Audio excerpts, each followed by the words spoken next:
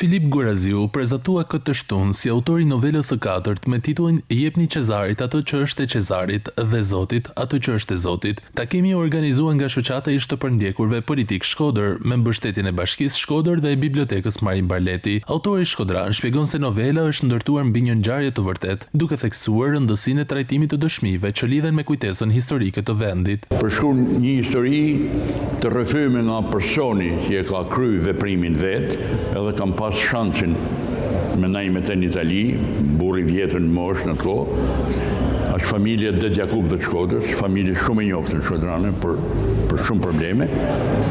Edhe ai në vetën e tij të parë, i udhëzuar prej gjermanëve, ai ka shpëtu, ka bë me kalu 45 ebrej, me anë të një anije, në mënyrë rrëtamboleske, e me vështirësi për lumit buna.